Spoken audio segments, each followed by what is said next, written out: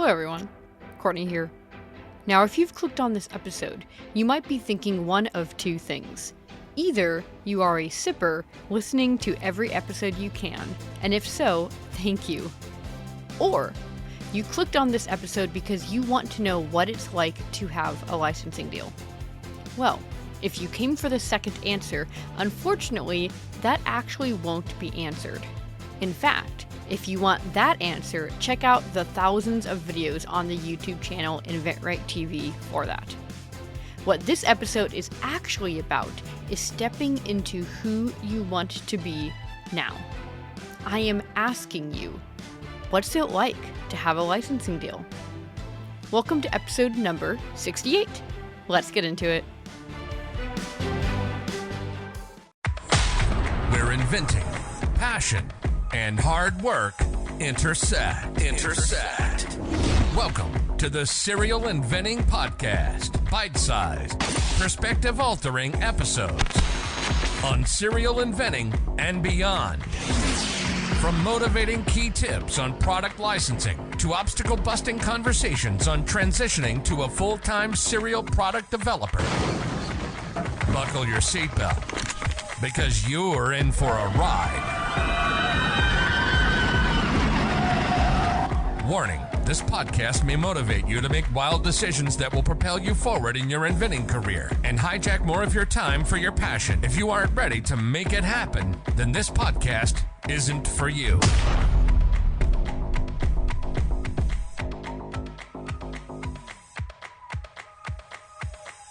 I would like to start off with a quote by entrepreneur and author Jim Rohn. He says the following: "It's not just about walking tall or speaking confidently, although those things matter. It's about adopting the habits, the mindset, and the values of truly successful people. Successful people take responsibility for their lives. They don't blame others or make excuses. They look at challenges as opportunities for growth. When something goes wrong, they ask themselves, what can I learn from this? How can I use this to become better? Are you approaching your life that way?"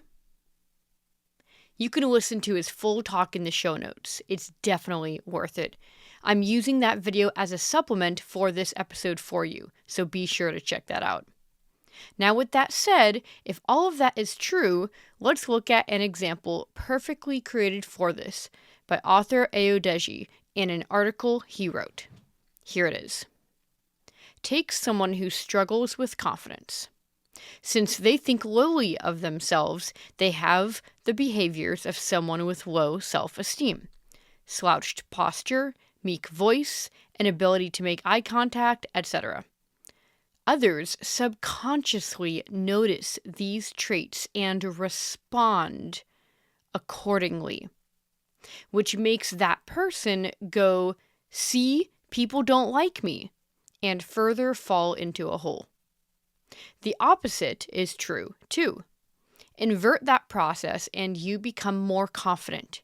In my life, as soon as I started to believe I was capable of living a better life, I started working on myself. Working on myself changed the way I carried myself. People would tell me things like, "You're going places," which made me feel like I was going places. So I worked even harder.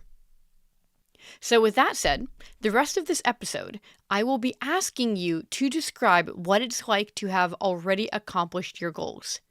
Take the time to answer these as best as you can, in the exact outcome that you want. I would highly recommend you ask these questions and more to yourself and have others ask them to you too as many times as you possibly can. It might be hard at first, but that just means you are very separated from where you want to be. The distance might be uncomfortable, but the goal is to make there be no difference. Try it and see what answers you come up with. I will be purposefully creating a lot of space in between each question to try to get you to answer it immediately. Are you ready? Here we go. Hey, I haven't seen you in forever. I just see your incredible updates you are posting about. Looks like you've hit some pretty incredible goals. Your product is so cool. I actually have 2 of them myself, and I bought one for a friend for the holidays. It looks like you got it licensed almost 2 years ago. Wow. What's it like to now have your product on store shelves? And what are you working on these days? Did you move? Or where do you live? I saw a post that you are still selling out your product in stores. Congratulations. Oh, hey, I wanted to ask for a friend what your day-to-day life is like now. He's working on a small business himself and is looking to quit his job. He wanted me to ask you, what's it like to be so successful now? What are you doing day to day? And what's your favorite part of your new life? What advice do you have for others who are looking to accomplish their dreams? What did you do that flipped the switch for you? Awesome. Well, I gotta run, but it was incredible bumping into you today. I look forward to seeing what next incredible goal you accomplish. Bye. And with that said, how did that feel? Weird? Fun? Expansive? Try adding this into your daily life as much as possible. I have, and it was strange at first, but then I started enjoying so many more things that I do.